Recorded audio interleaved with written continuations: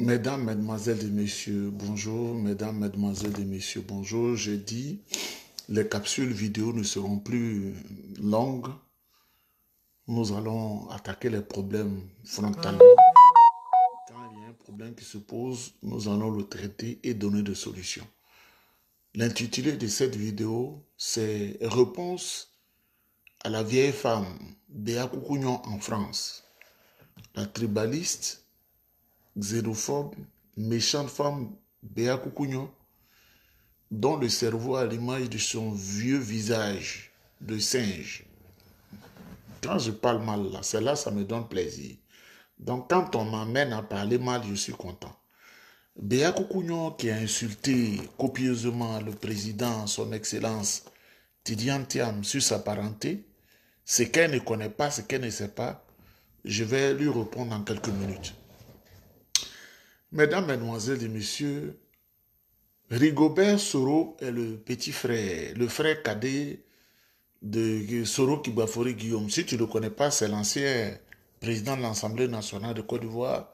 Son frère est encore aux arrêts. C'est-à-dire, les gens du RHDP ayant échoué à apporter du bonheur en Côte d'Ivoire, ce qu'ils ont trouvé à faire, c'est d'arrêter tout le monde, de mettre tout le monde aux arrêts. Les gens du RHDP, avec le président Alassane Ouattara, l'économiste de Koumassi, incapable de payer une dette de 800 milliards en 15 années, alors qu'ils ont fait une dette de plus de 40 000 milliards dans leur gestion de l'État, ils ont encore arrêté le petit frère, le frère cadet de Soro Kibafori Guillaume, qui s'appelle Rigobert Soro. C'est pratiquement en 6 ans, c'est la 8e fois qu'ils mettent le monsieur aux arrêts parce qu'il est le frère cadet de Soro Kibafori Guillaume. Mesdames, Mesdemoiselles et Messieurs, diffamer ou injurier ou calomnier ou encore menacer par des propos ou gestes écrits ou images, tu reçois un emprisonnement de 5 à 10 ans et une amende de 500 000 francs CFA à 5 millions de francs CFA. Article 229 du Code pénal en Côte d'Ivoire.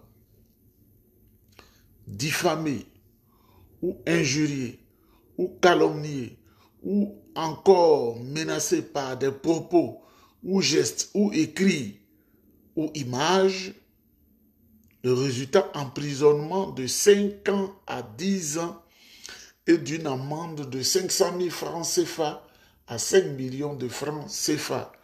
L'article 229 du Code pénal, il faut le lire, il faut le savoir, mais on ne reste pas là pour dire il ment. Il faut chercher à savoir, c'est ici. Là. Mesdames, Mesdemoiselles et Messieurs, il y a une dame très vieille et très vilaine qui est en France, qui s'appelle Béa Coucougnon. Elle passe le clair de son temps à insulter, et ce qu'elle a trouvé mieux à faire, c'est le président Tidiane Thiam qu'elle insulte. Le président Tidiane Thiam qu'elle dénigre. Vous savez, moi je dis, je ne vais plus mal parler, mais cette vidéo qui est adressée à Béa Coucougnon, quelle est la contribution de son père au développement de la Côte d'Ivoire? Quelle est la contribution de ses parents au développement de la Côte d'Ivoire? Elle-même, quelle est sa contribution au développement de la Côte d'Ivoire? Parce que moi, humblement, là, si je parlais de ma contribution, vous allez dire, à 20 ans, mais oui, à 20 ans, c'est dans le secret de l'État, où j'étais encore étudiant, ce que j'ai fait, c'est Dieu seul qui sait. Il y a des gens qui ont 90 ans, ils n'ont même pas fait un quart. Parce qu'il faut connaître le pouvoir, il faut être dans le pouvoir pour avoir une contribution. À ce niveau de mon propos, je voudrais saluer l'honorable député Dia Augustin Oufouet, qui est en ce moment à Paris. C'est lui qui a organisé la cérémonie, pour une cérémonie réussie à 200%. Et le même jour, après la cérémonie, s'est envolé pour la France, où le PDCI est à l'honneur. Je voudrais le saluer et lui dire mon respect profond. Donc, Madame Béa Coucougnon, qui est restée en France, qui n'a pas réussi Parce qu'elle ne maîtrise pas les lois de la vie. Mesdames, mesdemoiselles, vous qui m'écoutez, la vie ne se vit pas au hasard comme ça. Manger, s'accoupler, rire, danser. Il y a des lois qui soutiennent la vie. C'est ces lois-là qu'il faut connaître pour avancer. Je vous le donne gratuitement. Ce sont des lois. Si tu ne connais pas les lois là, tu es né avec ton frère, vous êtes jumeaux, mais tu as pensé que Dieu l'a béni, Dieu ne t'a pas béni parce que tu ne connais pas les lois. Tu ne seras pas dans une belle maison, tu ne rouleras pas une belle voiture, tu n'auras pas un bon emploi, tu n'auras pas l'argent dans la poche. Ce sont des lois qui sont Dieu. Ce n'est pas chanter dans les églises, danser, sauter, sauter, sauter. Ce n'est pas ça. Ce n'est pas crier dans les mosquées. Ce n'est pas ça. Il y a des lois. Et ces lois-là qui te font reposer, qui sont les deux colonnes sur lesquelles s'appuie tout l'édifice du temple. Les deux colonnes sur lesquelles s'appuie tout l'édifice du temple. Quand tu connais l'ange de Hod et de Netza, tu n'es pas inquiet. Mais tu es là, tu manges garba, tu connais rien, tu es comme Béa Koukouyon. Alors, je vais enseigner à Béa Koukouyon que M. Amadou Thiam, le père de notre président, Tidiane Thiam, a contribué de manière grande au développement de la Côte d'Ivoire aux côtés du président Félix Houphouët-Boigny, dont il était le gendre. Mesdames, mesdemoiselles et messieurs, vous savez, ma bouche peut parler. Toi, tu es assis là-bas, tu dis c'est faux. Mais les Blancs là, qui nous connaissent et qui sont au milieu de nous, qui nous espionnent chaque jour dans nos États, ils ont tous les archives de tous les individus. On va écouter. Et puis Béa Koukouyon va sortir la contribution de son papa ou sa maman ou ses parents au développement de la Côte d'Ivoire. Cette raciste, cette tribaliste, elle n'a pas réussi en France. Quand nous on vient là, on réussit. On maîtrise les lois, on maîtrise les secrets de la vie. On connaît les lois. On ne se lève pas comme ça. Les lois qu'on récite sur ça là. Quand tu récites ces lois là sur ça, Dieu même il est content. Quand tu récites les lois sur ça là, Dieu est content. Quand tu récites les lois là, il n'y a pas sorcier au village qui va t'inquiéter. Tu as peur, je ne vais pas au village. Tu as peur. Connais-tu les lois qui soutiennent les deux colonnes sur lesquelles s'appuie tout l'édifice du temple? Vous êtes des temples vivants. Mais ton temple repose sur quoi? Est-ce que ton temple est sur les deux colonnes secrètes? Tu vas toujours souffrir. Je n'ai pas 20 euros, je n'ai pas 10 euros, je n'ai pas 50 euros. Quand nous on est là, on récite et puis on se moque de toi. Béa Koukouyon, tu es pauvre, tu n'as rien, tes cheveux ont blanchi, tu as 67 ans. Et même tu as plus. Voilà la contribution de M. Amadou Thiam, paix à son âme, au développement de la Côte d'Ivoire aux côtés de Félix Houphouët-Boigny depuis 1946. 1946. Parce qu'il faut dire les choses avec leur nom. Vous qui n'avez rien fait là, c'est vous qui savez insulter. Votre contribution, c'est d'insulter. On va écouter tous ensemble et puis on va interpréter ensemble. Journaliste citoyen français d'origine sénégalaise, diplômé de l'Institut de journalisme de Strasbourg et de Maison Lafitte, Amadou Thiam débarqué en Côte d'Ivoire en 1946, âgé de 24 ans, soit 14 années avant l'accession de la Côte d'Ivoire à l'indépendance en 1960. Aux côtés du médecin syndicaliste panafricain, le député Félix Houphouët-Boigny, assurant les reportages de toutes ces initiatives syndicales et politiques, et fut témoin oculaire des chaudes tensions au début des années 50 contre le RDA d'Houphouët-Boigny et la colonisation française. Au début des années 50, en Afrique subsaharienne, plusieurs partis ont déjà réuni leurs forces au sein du Rassemblement démocratique africain, un mouvement proche des communistes. L'un de ses principaux animateurs, le député ivoirien Félix Houphouët-Boigny, veut abolir la domination coloniale. Une revendication inacceptable en ces temps de guerre froide. Paris décide de briser ses rebelles, un peu trop proche de Moscou à son goût. En Côte d'Ivoire, l'armée riposte brutalement.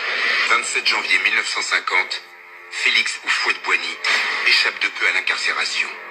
Des milliers de sympathisants sont arrêtés. Des centaines de villages sont détruits.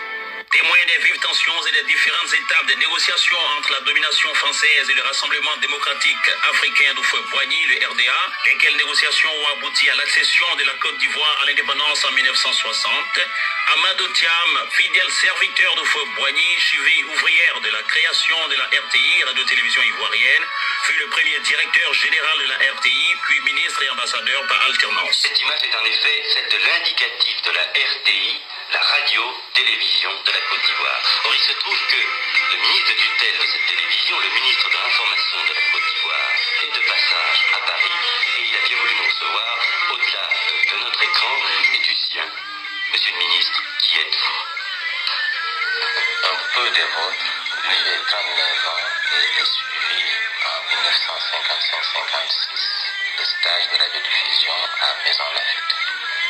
Après l'obtention de mes diplômes, j'ai été affecté à Abidjan.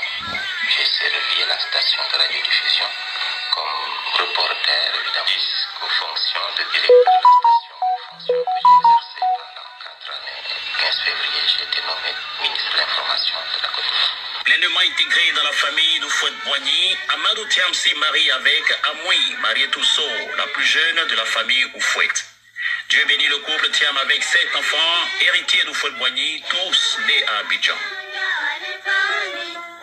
Mes 2 sœurs n'ont pas d'enfants. L'une de mes cousines n'a pas d'enfants.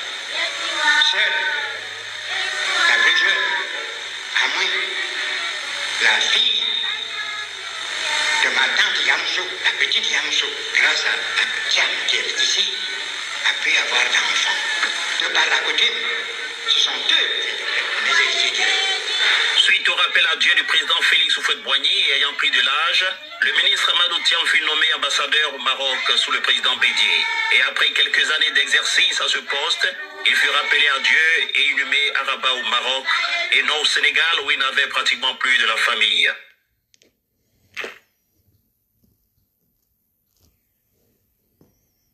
Béa Koukouignon. Journaliste citoyen français d'origine sénégalaise, diplômé de l'Institut de journalisme de Strasbourg et de Maison Lafitte, Amadou Thiam débarqua en Côte d'Ivoire en 1946, âgé de 24 ans, soit 14 années avant l'accession de la Côte d'Ivoire à l'indépendance en 1960. Aux côtés du médecin syndicaliste panafricain, le député Félix Houphouët-Boigny, assurant les reportages de toutes ces initiatives syndicales et politiques, il fut témoin oculaire des chaudes tensions du début des années 50 entre le RDA d'Houphouët-Boigny et la colonisation française. Au début des années 50, en Afrique subsaharienne, plusieurs partis ont déjà réuni leurs forces au sein du Rassemblement démocratique africain, un mouvement proche des communistes. L'un de ses principaux animateurs, le député ivoirien Félix Houphouët-Boigny, veut abolir la domination coloniale. Une revendication inacceptable en ces temps de guerre froide. Paris décide de briser ses rebelles, un peu trop proche de Moscou à son goût. En Côte d'Ivoire, l'armée riposte brutalement. 27 janvier 1950, Félix Houphouët-Boigny échappe de peu à l'incarcération. Des milliers de sympathisants sont arrêtés. Des centaines de villages sont détruits. Témoin des vives tensions et des différentes étapes des négociations entre la domination française et le Rassemblement démocratique africain d'Houphouët-Boigny, le RDA, lesquelles négociations ont abouti à l'accession de la Côte d'Ivoire à l'indépendance en 1960, Amadou Thiam, fidèle serviteur d'Houphouët-Boigny, cheville ouvrière de la création de la RTI, Radio-Télévision Ivoirienne, fut le premier directeur général de la RTI, puis ministre et ambassadeur par alternance. Cette image est en effet celle de l'indicatif de la RTI, la radio-télévision de la Côte d'Ivoire. Or, il se trouve que le ministre de tutelle de cette télévision, le ministre de l'information de la Côte d'Ivoire, est de passage à Paris et il a bien voulu nous recevoir au-delà de notre écran. Es-tu sien? Monsieur le ministre, qui êtes-vous? Un peu des vôtres. J'ai 39 ans et j'ai suivi en 1955-56 le stage de radiodiffusion à Maison Lafitte. Après l'obtention de mes diplômes, j'ai été affecté à Abidjan, où j'ai servi la station de radiodiffusion comme reporter, évidemment, jusqu'aux fonctions de directeur de la station, fonction que j'ai exercée pendant 4 années. Le 15 février, j'ai été nommé ministre de l'Information de la Côte d'Ivoire. Pleinement intégré dans la famille d'Houphouët-Boigny, Amadou Thiam s'est marié avec Amoui Mariétousso, la plus jeune de la famille Houphouët. Dieu bénit le couple Thiam avec 7 enfants, héritiers d'Houphouët-Boigny, tous nés à Abidjan. Mes 2 sœurs n'ont pas d'enfants. L'une de mes cousines n'a pas d'enfants. Seule, la plus jeune, Amoui, la fille de ma tante Yamsou, la petite Yamsou, grâce à Diane qui est ici, a pu avoir d'enfants. De par la coutume, ce sont eux mes héritiers directs. Suite au rappel à Dieu du président Félix Houphouët-Boigny et ayant pris de l'âge, le ministre Amadou Thiam fut nommé ambassadeur au Maroc sous le président Bédié. Et après quelques années d'exercice à ce poste, il fut rappelé à Dieu et inhumé à Rabat au Maroc et non au Sénégal où il n'avait pratiquement plus de la famille. Mesdames, Mesdemoiselles et Messieurs, nous allons partir pas à pas pour parler à cette vieille carcasse qu'on appelle Béa Koukounion qui est en France. Je ne sais pas si un garçon lui a une fois dit « je t'aime ». Parce que ce tombeau vivant là, ce tombeau ouvert, avec ces odeurs que je vois là, cette carcasse, un garçon qui entre en elle, il veut se détruire, s'auto-détruire. Mesdames, Mesdemoiselles et Messieurs, le papa du président Tidjane Thiam s'appelait Amadou Thiam. Il est né au Sénégal en 1923-1924. Le Sénégal, il n'est pas allé en France sous nationalité sénégalaise qui n'existait pas avant l'indépendance. Ça n'existait pas. Nous, intellectuels, quand on parle, tu dois dire « je suis d'accord ». La Côte d'Ivoire, avec une nationalité ivoirienne, n'existait pas. Le Sénégal, avec une nationalité sénégalaise, n'existait pas. Donc, il fallait leur donner des nationalités pour être des personnes physiques, existantes et juridiques. Quand il arrive en France, il est en formation, on lui donne la nationalité française. Donc sa première nationalité de sa vie est la nationalité française, la citoyenneté française. Quand il finit la formation, comme la France, avec la Côte d'Ivoire, le Sénégal, le Congo, Comores, Tunisie, tout ça, il est affecté à Abidjan en 1946. Quand il arrive en 1946, la Côte d'Ivoire est dans la chaleur de la décolonisation et Oufoué, le leader, est pourchassé, ses hommes sont pourchassés parce qu'Oufoué ne voulait plus s'accommoder avec la présence des Blancs, des colons. C'est ce que les Blancs eux-mêmes ils disent. En 1946, on tue les Ivoiriens. En 1947, on tue, les Blancs la tuent. En 1948, il y a la mort partout. En 1949, là, c'est encore plus grave. On fusille les gens partout. Bien qu'on ne le sait pas. Et les témoignages qui sont ici disent que à cette époque, Amadou Thiam, qui avait pratiquement 25-26 ans, il était dans la braise avec Houphouët-Boigny. Il n'a pas fui parce que quand vous entendez l'audio, moi je vois l'écran, je le vois en train d'interviewer le président Houphouët-Boigny qui était député avec son micro. Avant aussi, il n'y avait pas de technique. Hein. Quand tu vois même le truc de reportage là, on dirait un truc du 2e siècle de notre ère. Il était dans la braise, où on brûlait les villages, où on faisait tout ce qui est mauvais. Et ensuite, en 1954 et 1955, il est retourné à la maison Laffitte en France pour refaire des stages. Quand il est venu le nommer directeur de la radio, il n'y avait pas de télévision. Plus tard, quand il y a eu l'indépendance, il s'est naturalisé ivoirien et il a fait ses enfants. Béa Koukounion, vilaine femme, il s'est naturalisé et il a fait ses enfants. Béa Koukounion, celui qui te prend comme femme là, il est maudit. Un homme doit avoir une belle femme dans sa maison. Tu es trop vilaine. Et c'est le ministre Amadou Thiam qui a dit au président Houphouët-Boigny, nous faisons une télévision. La télévision qu'ils ont faite en 1963, c'est lui. Et c'est lui qui a choisi cette chanson que nos mamans écoutaient quand ils devaient aller à l'école. Puis on dit, ah, il est 14 h. Dago dibio, ayo, dibio, ayo, dibio. Ça, c'était l'heure indicative pour nos pauvres mamans. Quand elles savent que ça sort, c'est 14 h, donc elles savent que tu as une marge de 30 minutes pour aller à l'école. Bien, comme tu ne peux pas aller à l'école, tu ne peux pas comprendre tout ça. Tu es à Paris, tu ne sais pas que diffamer, ou injurier, ou calomnier, ou encore menacer par propos, ou geste, ou écrit, ou image, tu passes sous la condamnation. On peut t'emprisonner de 5 à 10 ans et te prennent une amende de 500 000 francs CFA à 2 millions de francs CFA. C'est pas moi qui le dis, c'est l'article 229 du code pénal ivoirien. Mais comme tu n'as jamais étudié, tu connais rien, tu es fatigué, tes os sont fatigués, il faut insulter. Béa Kougouignon, dans ta famille, il n'y a pas quelqu'un qui a épousé une femme qui a fait un enfant. Et toi-même, on m'a dit, tu as fait des enfants étrangers, de différents papas. Burkinabé, au Guinée, parce que tu n'as jamais voulu travailler. Tu n'as pas le sang de travailleuse. Au Canada aussi, on dit, tu n'es pas travaillante. Ça, c'est le français du Québec. Tu n'es pas travaillante. Chez nous, là-bas, on dit, tu n'es pas travailleuse. Donc, ça te fait plaisir d'insulter. Mais ce que je vais te dire, là, ton tribalisme notoire, là, je vais t'apprendre, et tu dois le savoir, dans la classification de la parenté patrilinéaire ou matrilinéaire, il y a 3 grands groupes en Côte d'Ivoire. Il faut retenir ça dans ta vilaine tête là. Il y a 3 grands groupes. Mais tout le monde n'est pas Krou.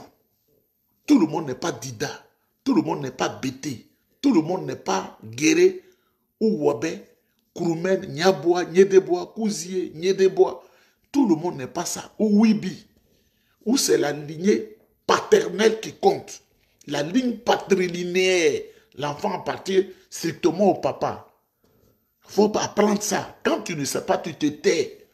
Parce que quand tu parles, on regarde tes dents là. Tu vois, mes dents sont traitées chaque 3 mois. Tes dents sales là. Quand tu es sale, tu ne viens pas à l'écran parce que nous, on ne veut pas voir ça. Moi, je ne veux pas voir ça. Tu vois?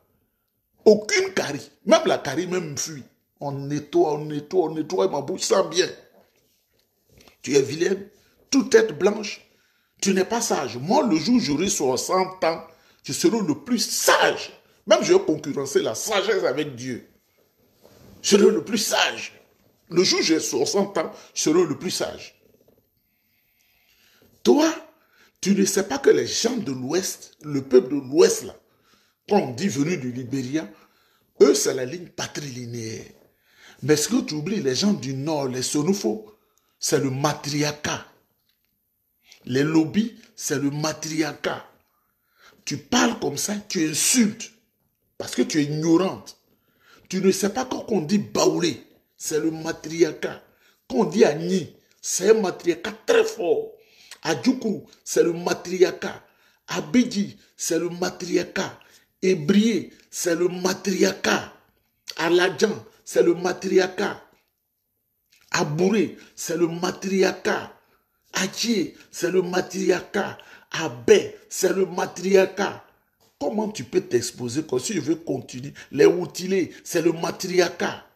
Même moi-même qui suis de Grand Laoula, la ligne patrilinéaire n'est pas trop forte. Parce que nous sommes hybrides. Nous sommes entre les Akans et les Krou. Quand tu as Grand Laou jusqu'à Yokoboué, cette zone lagunaire, là, tu appartiens plus à la maman que même au papa. Et on te le rend comme tel, les oncles. Mais toi, comme tu viens de l'autre côté, tu penses que tout le monde est comme ça en Côte d'Ivoire, alors tu insultes. Le président Tidjane Thiam t'a fait quoi? Voilà, on vient de parler de son père. On dit qu'il a aidé à la construction de la Côte d'Ivoire. Avant l'indépendance déjà, il était à la construction. Où on tuait les gens là. C'est pourquoi à ce niveau de mon propos, quelques bâtards du PDCI-RDA, c'est pas tout le monde, hein, quelques bâtards qui pensent qu'il faut gratter la tête dans une lutte politique là. Vous avez entendu? Ils ont brûlé les villages. Le PDCI était à la lutte, dans le combat. Ils ont brûlé les villages. Ils ont fusillé les gens. Ils ont mis les gens aux arrêts.